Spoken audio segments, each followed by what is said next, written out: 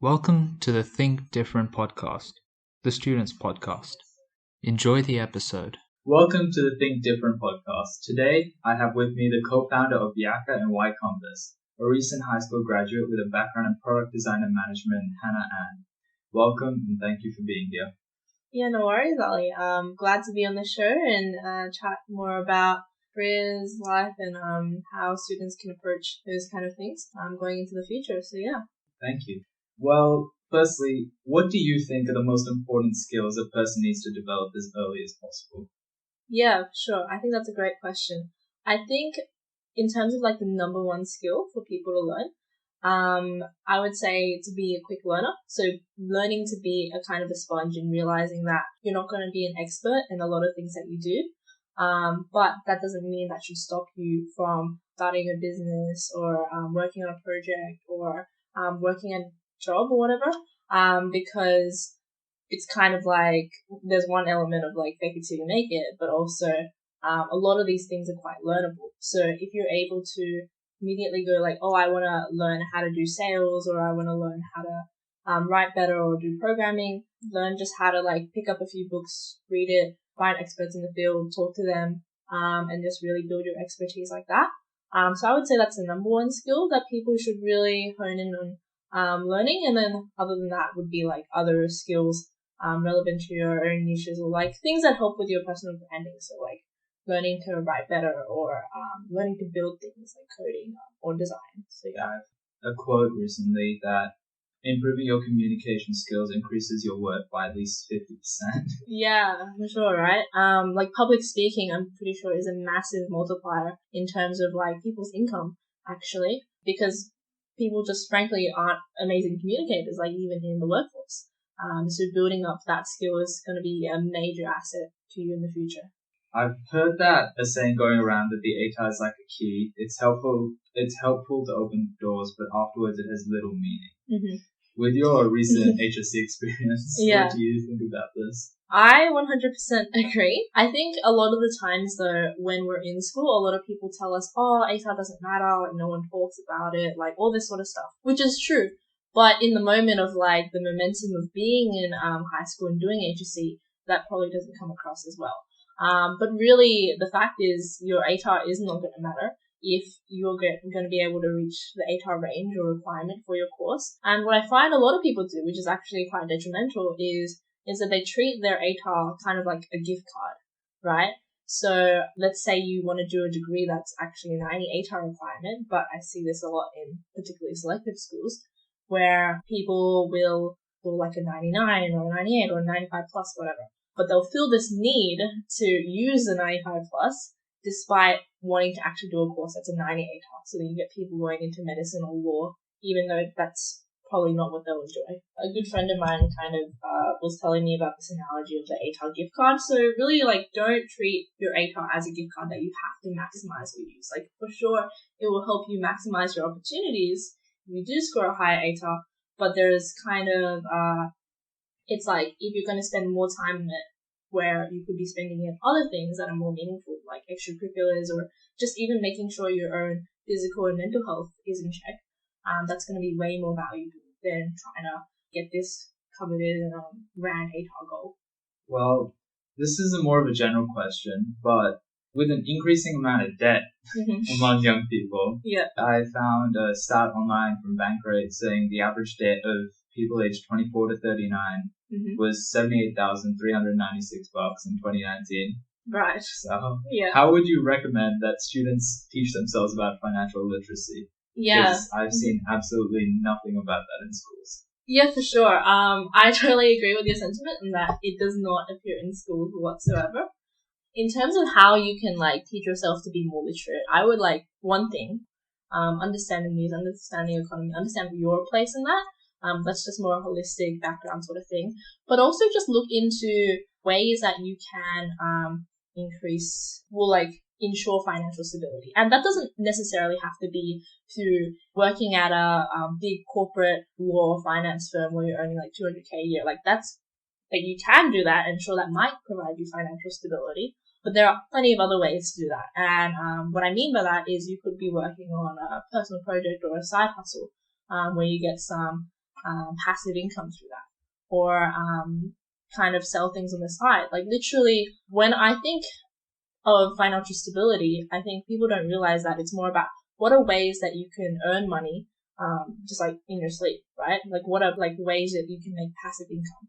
Because the fact is, if you're working an hourly wage job, well, you're going to be paid on the hourly, right? How can you find some creative ways to stretch your income without necessarily having to put in hours of work?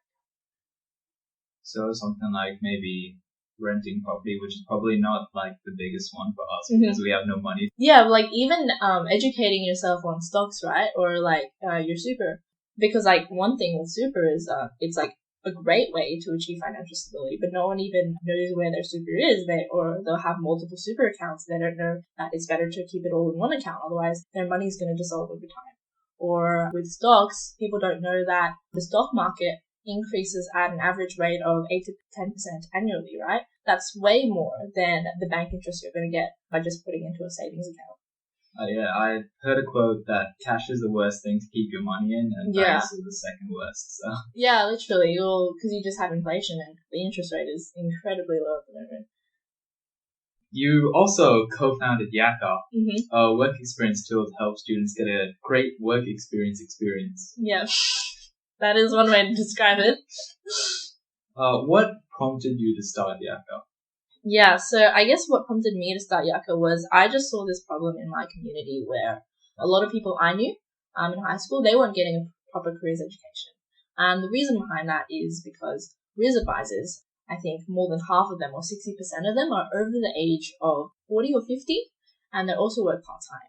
And typically, a careers advisor experience is that they're here to tell you what degree you can or can't do, not tell you what career options are available and how to actually achieve them, right? So that was one issue that we saw. Another issue we saw that students weren't getting valid or quality work experience in that it was too hard to find because most people that got work experience either got it through connections, so they either reached out to their parents or friends' parents or family friends or whatever, which is quite limiting for people in lower socioeconomic areas where they don't have that kind of connections and reach, right? So there's like a lack of access to work experience. And there's also just like, when you got there, I knew a lot of people who did work experience, and what they would do is they would just file papers all day, or they would buy coffee. In fact, like my co-founder, Bhagavati, her work experience was essentially, like the first day she came in, they were like to her, hey, can you read the entire work health safety manual of our organization? So she did that, right? And then the next day she kind of just punched in and copy pasted numbers into an Excel spreadsheet. And then like on the third day, on the Wednesday, the CEO was literally like to her, here's $20. Can you run to Coles and buy some crumpets? You know, like that's not work experience. So I saw that this was a massive issue, and yeah, it was just something that I felt needed to be solved. Well, what was it really like starting a business in high school? So it was a bit tricky, and to like give a bit of context in terms of what Yakka was, what we did was we paired high school students to quality work experience opportunities. So we would find work experience providers, we would vet their programs, we would like build a program with them, and then we would market it to students and get them involved in doing a work experience program. In terms of what the experience was like starting business in high school, it was hard, but it was definitely rewarding in that there was a lot of buckets to kind of juggle deadlines to me, and this was all just in the background with like the HSC and like trying to do well academically and also not making sure my mental health was dying or whatever, right? So that was kind of the experience, but I definitely would not trade it away because for me, it felt really great just to be like walking into these like board meetings, like having these meetings, like literally after school, right? I would go to places like Barangaroo and we would just have a chat about creating a work experience program. And I felt like we were actually doing something tangible for the community rather than just focusing on studies. We were making some kind of impact. So I think it was definitely a rewarding experience that I would not change. With all that, how would you suggest that students actually launch their ideas of their own? Because you can't really like walk straight into the board meeting. Yeah, that's true. Yeah. Basically, how I'd recommend students, I guess, start their own projects or businesses. And really, like, it doesn't have to be you start a business. It can really just be a side thing to begin with. And how I'd recommend to do that is, I think there's like two different avenues. I think one way is maybe you can make your own products, you can sell them, which a lot of people do if you're like maybe more crafty or you have an idea of something you want to build. But then alternatively, and I feel like this should be the motto for most businesses and very successful startups, is find a problem that you want to solve, right? So what's something that's happening around you in your community, or maybe it's happening to a friend or family friend, a problem they're experiencing, and see how you can contribute to solving that problem. The best businesses solve the biggest problems, right? That's where the biggest market opportunity normally is. So that's kind of what I'd recommend students do. At that point, it's kind of like talk to people that face this problem. So like have conversations with them, learn more about their experiences, and see like what are some ways that you can help. And it doesn't have to be about building an app from scratch. Like I think people, when they think about a business, they're like, oh my gosh, there's like so much I need to do. I need to do X, Y, Z, like build an app, like hire this amount of people to actually lift it off the ground. But really, you should kind of just think about like, what's the minimum viable product I can make? Like, what is the minimum tangible thing that I can create that people get some kind of value and it solves some of the problem, or like it solves the problem in its entirety, right? Because chances are there will be some cheap or lean way for you to do that without necessarily having to like have a whole bunch of people helping you or know a bunch of expertise. But how did you really know you were ready for the launch of it? Yeah. I think for me, like what really helped was I had like quite a big support network in that I knew people in startups. I honestly worked at a charity, and the aim of the charity was to help educate high school students on entrepreneurship. So like that definitely like being surrounded by those people and being surrounded by the ideas of like how you start your own businesses definitely helped me out. And I just had some mentors that was kind of like guiding me through the journey of launching. So I think it did definitely seem quite daunting at first, but really how we started and what our minimum viable product was is like really just testing, do high school students want a program where they can easily find work experience and the work experience is quality, right? And what we did was we just went on Facebook. We set up a Facebook group called the High School Work Experience Finder Group. And I think 300 people joined within a week or something. And that was enough for us to go like, hey, this is something that people actually want. And then it was just about, well, we already have this demand of people wanting quality work experience. How can we just reach out to businesses to see if they'd like it? And we just I talked to some friends who ran businesses, and I also cold contact people on LinkedIn, which is what was a bit daunting at first, but it was just, you kind of just learn the ropes of how to do it and go from there.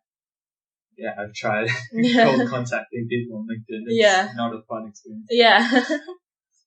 Well, what skills did you develop while creating and managing that? There were a lot of skills because there was just a lot of experiences. It was just kind of like, well, one huge thing is like stakeholder management, because our product was centered around talking to people and making sure programs ran smoothly and all that. So, it was like learning to write quality emails. Like you'll be surprised, like people in high school don't know how to write quality emails. So I'd have to ask people like, does this look good and all that sort of stuff. I'd have to learn, how to actually get people involved and also like be really, diligent with setting expectations, both on businesses and students, writing up reports, writing up timetables and program management, and also a lot of, like even just designing pamphlets, and like also learning things from like social media marketing, like, reaching out to students. And then also, we did some pitching around. So like literally PowerPoint presentations and, learning how to go through that process. So like there was a lot involved and a lot of skills built to that. I mean, it was really successful. 450 plus students in a month. Yeah. Got a story on ABC. Yeah. So has starting Yakka helped you in any other aspects, like applying for internships or for jobs? I would definitely say it has, in that it's bumped up in terms of like my credentials of like someone who wants to do something for the community, or someone who has started something based on my own initiative and desire to do something, right? I think it's kind of like the proof is in the pudding, right? It's like literally, have you done something? Yes. Well, then you're probably a better candidate for an internship. You're probably a better candidate for a scholarship, right? I would say they have definitely helped me maybe like get into a few scholarships. and also helped me get into my internship at Canva, not necessarily like directly, but just like having it included in my portfolio and my profile and I guess personal brand, yeah. Well, going on the topic of Canva, with a background in both product management, design, and graphic design, what are the skills needed to succeed in your profession? At Canva? In general. Just right. in general. We'll get to Canva in a bit, but okay, in general. Sure. I would say, in terms of design, well, they're just more technical in nature. But product management is really just like, can you talk to people? Can you set deadlines? Can you lead a project? Which is just like, I think that's something you can definitely practice by starting your own project or gaining some kind of leadership position. I think those were kind of the skills that you need to succeed. And then like you get to a point, at least in product management, where it's like learning about strategy, reading up about how people have successfully launched and managed and grown products and businesses, right? Which is just like you learn from doing it yourself and also like reading, looking at case studies and all of that. I would say in terms of design, it's really like, in terms of being a good designer, like I think everyone can be a good designer. And I think people should strive to be good designers, right? Because like everything is, I guess, defined by design. And that's really just like knowing about what does a person want? Like what are their desires, whether that be aesthetic desires and also just their experience through something. So that's like user experience. And just like having mastery on like what is good quality design. And like that's just kind of like observing things, looking around you. Yeah, I've heard a lot about biomimicry as well showing up. That probably doesn't really apply to graphic design. Oh yeah? But in like architectural design and engineering design, there's been like a kind of surge in the amount of people who are looking at nature and trying to incorporate nature into their design. So. Yeah, for sure. It's just because like nature has evolved over like thousands and thousands of years, right? So of course the design of nature is like fit for, I guess, our world's ecosystem, right? So it's like observing those kind of nuances. Well, you were an intern at Canva and you're working as a graphic designer at Project Academy. Yeah. And a product manager and designer at AutoSmart. Yeah. If you had anything that you could tell a student before they kind of started a career path in either graphic design or product management, what would be the top tips that you would give them or the top facts that you would give them? Yeah. I think I'll kind of split this up into like product management and design. Yeah. I would say for product management, have some kind of technical skills, whether that be you know a bit about code or you know a bit about design and data. Like I guess the benefit of product management is that you can be a bit more generalist and it's also beneficial for you to be a generalist. But just having some kind of technical background will really help you. And just kind of like I said, like read about really good products and businesses. And like, I like to think product management, it's kind of like you're being a mini CEO, right? Of like some kind of product or whatnot. And just having that lens. And because the best product managers, they'll have like vision kind of thing. But basically, in terms of product management, it's like, I would say definitely learn the steps to be a great product management, which is just like learning to execute things well. And after that, it's like learning to be able to get a team together. And then after that, it's learning to be able to set a vision, like a long-term vision, a strategic vision, and what that looks like. And then kind of mapping out a roadmap for that. I would say for design, to be a better designer, like I think just taking a step back, I think a lot of people think of design as like there are no careers, there are no jobs available in design. Like it's so competitive or no one wants designers. And I think that just comes from the stereotype that like kind of the starving artist sort of thing. Yeah. But it's like, what type of design do you want to specialize? Because really, if you're specializing in like 3D modeling, well, yeah, there's tons of demand for 3D modelers and AR designers, right? And even for things like architecture as well. Yeah. So don't think of necessarily like traditional pathways in design because there are so many nuances and elements if you dig deeper and explore just a bit more. And like in terms of like what I do, so a product designer. So I started off as a graphic designer just because I enjoy doing like digital art, and that kind of expanded me to look into product design, which I could use the same skill sets because I was doing a lot of things digitally, right? And there's like tons of demand for that. Like I would say it's kind of like maybe not as much as like software engineers, but like with the rise in tech, we're gonna see like a need for more product designers, right? So I think that's just like a mindset thing. Like there are definitely careers available in these spaces if you're able to put in the work to I guess, one, make yourself stand out, and also two, just find what you enjoy and kind of hustle to get there. But in terms of how you can be successful as a designer, I think going back to my point earlier, it's just knowing what is good design, observing good design, studying it. And yeah, I think that's what makes you a good designer. So with the future of work constantly changing, how should people entering the workforce prepare themselves for the changes and kind of foolproof them? Yeah. I would say there's a few ways that you can go about this. I would say number one is look at emerging industries or things that interest you, right? Whether that be clean tech or whether that be cryptocurrency or health tech. There are so many emerging technology that I feel people aren't excited enough by, right? Literally there are people that are manufacturing milk without a cow, they're just doing it with pure biology and engineering. And I think not enough people are excited by these amazing changes and things that are happening. So it's what are things that interest you? What are things in tech?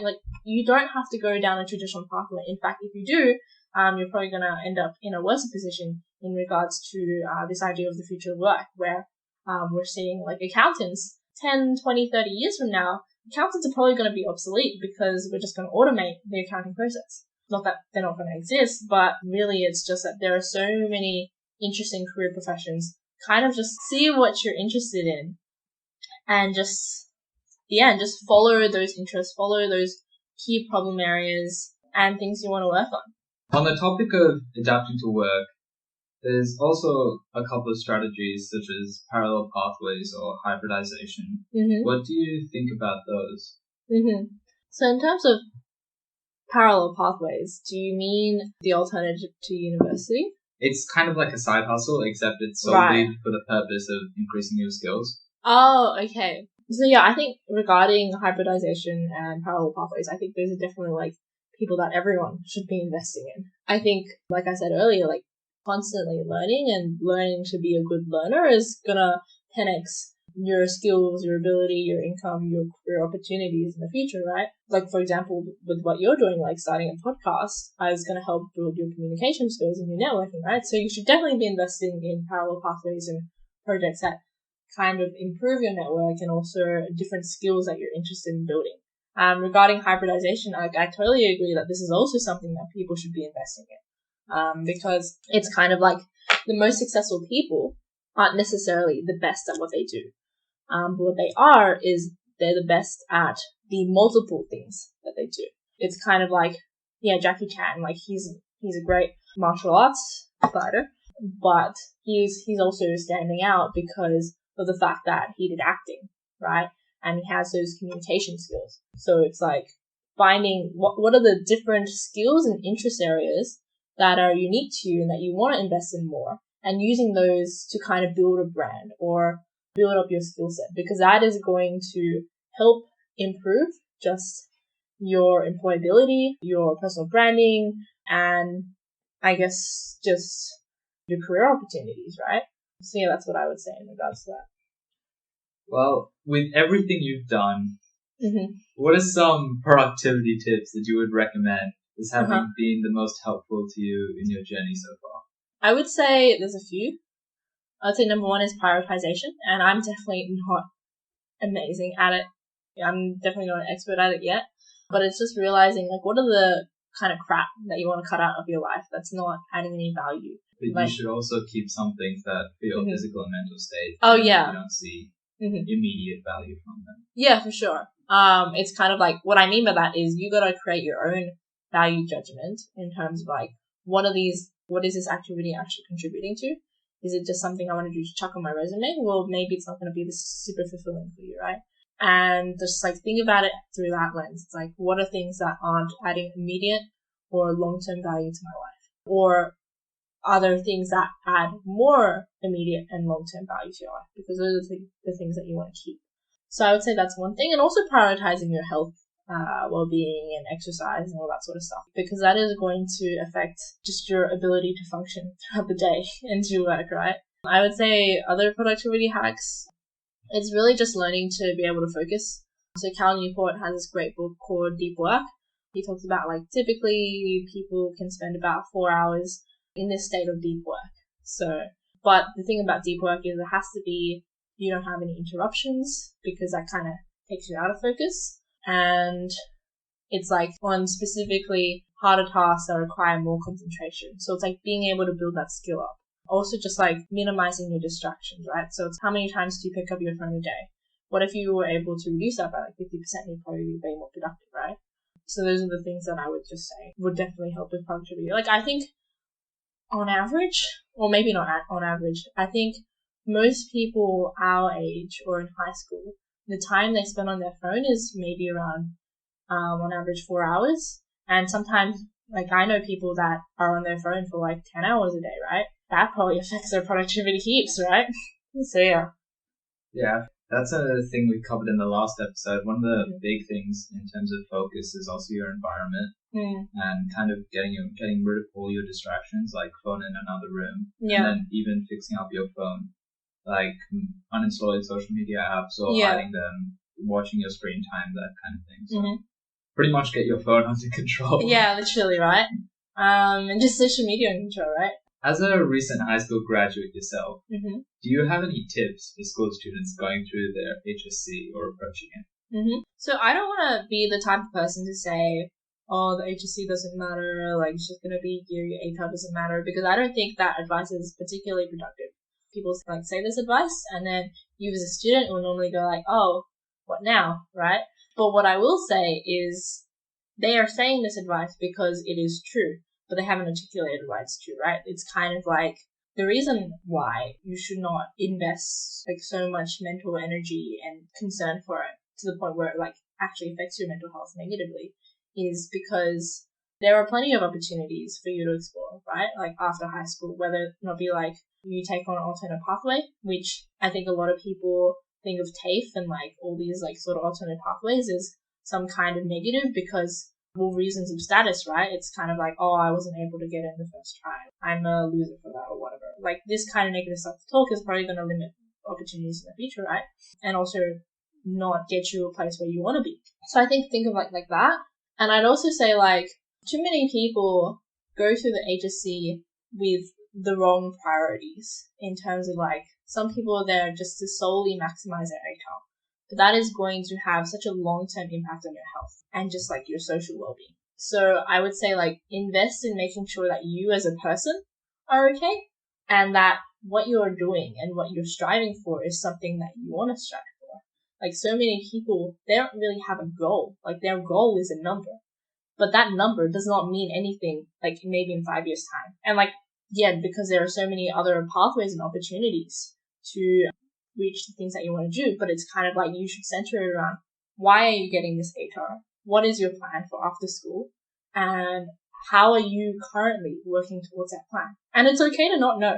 I think it's just like realizing that the first step is it's okay to not know, and not knowing is totally fine. But if you're kind of blindly just chasing something, that's going to be way more detrimental than actually sitting down, taking the time to pause, learning more from others, and figuring out what direction you want to go. You don't need to know the destination you want to go, maybe just the direction.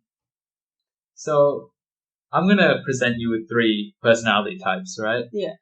One's an extreme winner, one's a perfectionist, one's more of a stoic, I'm going to try my best kind of approach. Yeah. Which one would you say would be the most effective coming up to the HSC and in life overall? I would say in life overall, and the HSC actually, is just the stoic approach. In that, I think, depending on how you manage it, and I think by being stoic, you manage it pretty well. If you are the kind of winner or perfectionist persona, you are going to lead your life with so much regret, so much chasing external validation rather than looking internally, and also like looking to life as if there is some kind of end goal, right?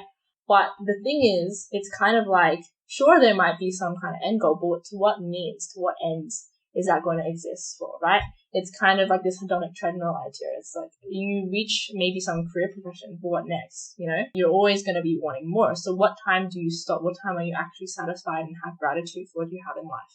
I was reading this book and I think it just has this great analogy where you shouldn't treat your life as some kind of mountain to climb.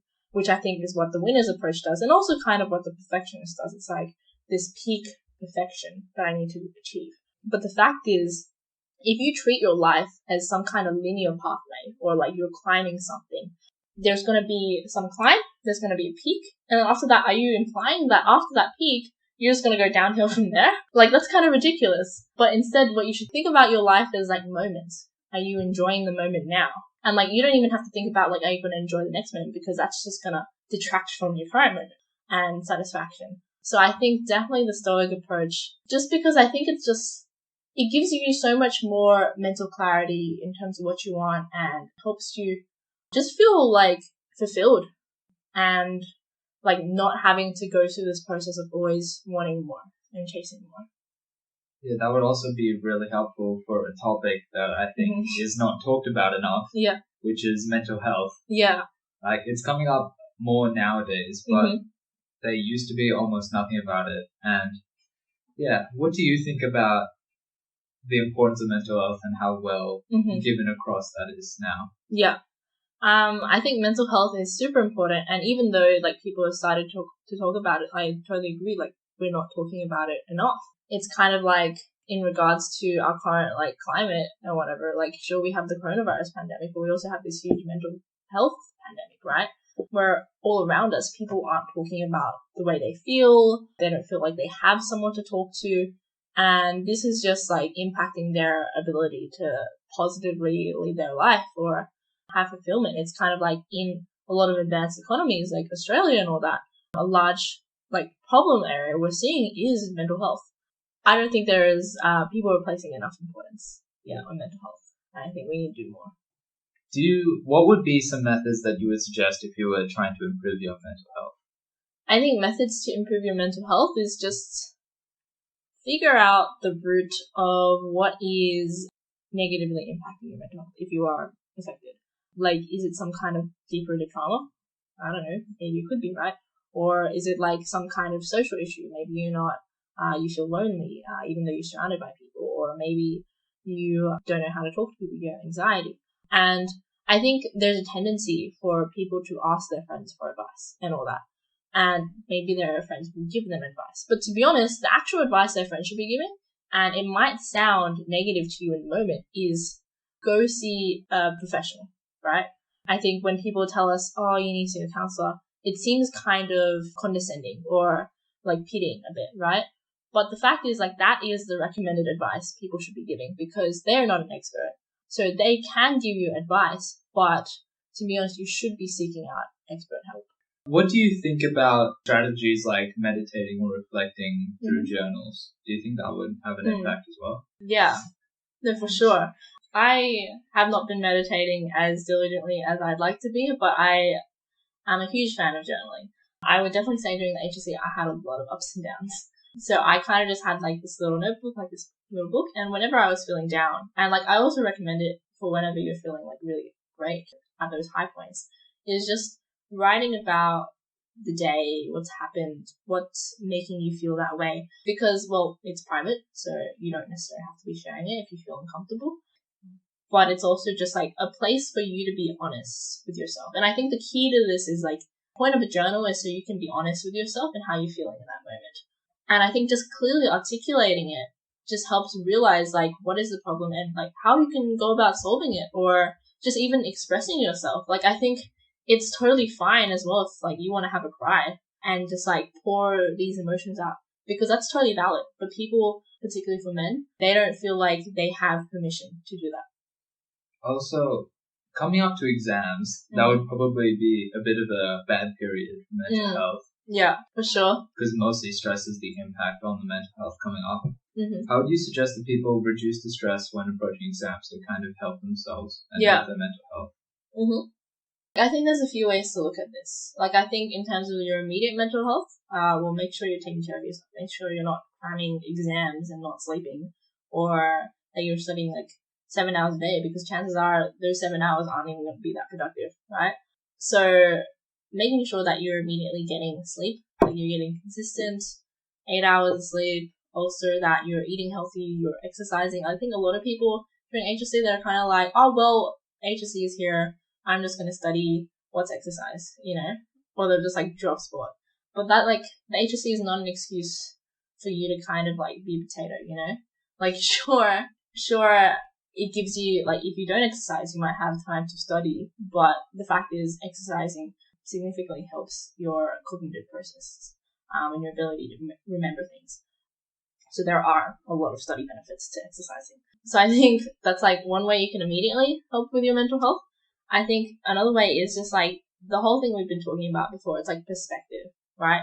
It's like a lot of people are going to tell you it's not the end of the world, but you're definitely going to feel like it's the end of the world, right?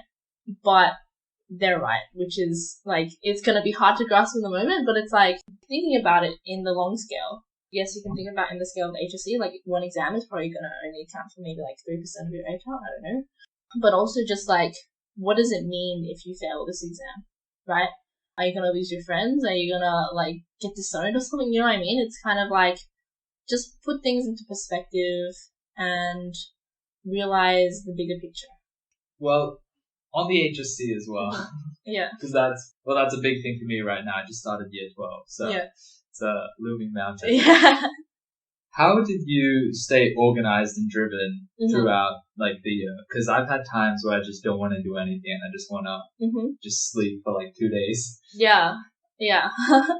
I think there were a few things I did. I think one inherently was the fact that I was quite busy in that I didn't drop my extracurriculars, and I'd recommend if you're doing your HSC or not to drop your extracurriculars. Maybe if you're doing too much, because I think I had that from year 11 where I was literally failing because I had too much going on. But in year 12, it's kind of like, make sure you have extracurriculars because it's going to make you more happy. It's going to make you more organized and like actually be more time efficient. And it's kind of like, because what I was doing was I was doing my captain, like, because I was school captain, I was running Yakka, I was also doing a lot of different things for the school. And yeah, and I just had HSC. It's kind of like, because of that, I was inherently like more aware of my time and like quite diligent in scheduling things out. So I think that's one thing. And then I think a few other things is, I would say in terms of getting organized as well, it's just like, have consistency. Like people don't realize that consistent study is going to trump like intensity in so many ways. Even if you just did like half an hour when you weren't feeling like it, it's going to help you in so many more ways than if you just didn't study at all. And so for me, what I did is I had like literally after school every day, I had a place I knew I was going to study because I can't study at home. I just got too distracted, and I'd also take naps, so not great. And I was like, I'll just go straight there after school. And I'll study there from this time to this time, and I'll have something to look forward to afterwards. So that was kind of just my consistent pattern to make sure that I was more organized and I was performing at the level I wanted to perform. It's also really helpful because in for example, the library, the environment is completely different, and you can't make noise, and if you do, everyone gets mad. Sure, right? And it's kind of like, because I was in a public space, because I would just feel this need like, oh my gosh, like I can't be watching like a movie on my laptop, like people are gonna look around me and go like, what the heck is she doing, right? It's just kind of freaking library. So it's kind of like making me mindful, like I'm here to study and making that my study environment. Well, doing a full loop all the way back to careers. Yeah. So you have a newsletter called Y Compass. Yeah. What actually is that? Yeah. So basically, Y Compass is a like 2-minute newsletter that students recently like graduate high school students and also university students and just young professionals in general can subscribe to, and they'll receive 2 emails a week. So one of it will be careers advice. So how to actually maximize your career opportunities, how to network, how to actually achieve career fulfillment and enjoy the things that you do. And then our other email of the week is like opportunities. So what's happening around Sydney and also remotely, like what are some events, what are jobs, what are internships that you can apply for to actually kind of stretch yourself. So that's what Y Compass is. It's just kind of, we're building out content to help you achieve the career that you want to do. And if I wanted to sign up for Y Compass, how would I do that? Yeah, so if you want to subscribe to Y Compass, just go to ycompass.io and you'll be able to reach our page and just fill in your email. And then, easy as that, you'll start receiving 2 emails a week on the best creative careers advice on the internet. Thank you. So today we've covered a lot. The main points would be to be a quick learner and continually learn, and to do your own thing, with where the HR is just to help you do what you love, and it shouldn't set like a gift card status to it. Educate yourself on money and try and build passive income streams. And if you want to start a business, you should be aiming to sell a product, solve a problem, or even both of them. And focus on setting expectations and goals. Yeah. And it's also very beneficial out of the business, like helping with applications. And if you're looking for a career in design, you'd have to know what you want when you start, not where you want to go, but kind of what you want to design. Also look for emerging industries that would interest you. And finally, on studying and focusing, you should learn to prioritize, focus, get your phone under control, and think of the long-term impacts of your actions, focusing on your mental health and being consistent. Is there anything you'd like to add, or that pretty much covers it? Cool. Yeah. Well, thank you, Hannah, for joining me today. Yeah, no worries, Ali. I appreciate it. Yeah, it's great to be here.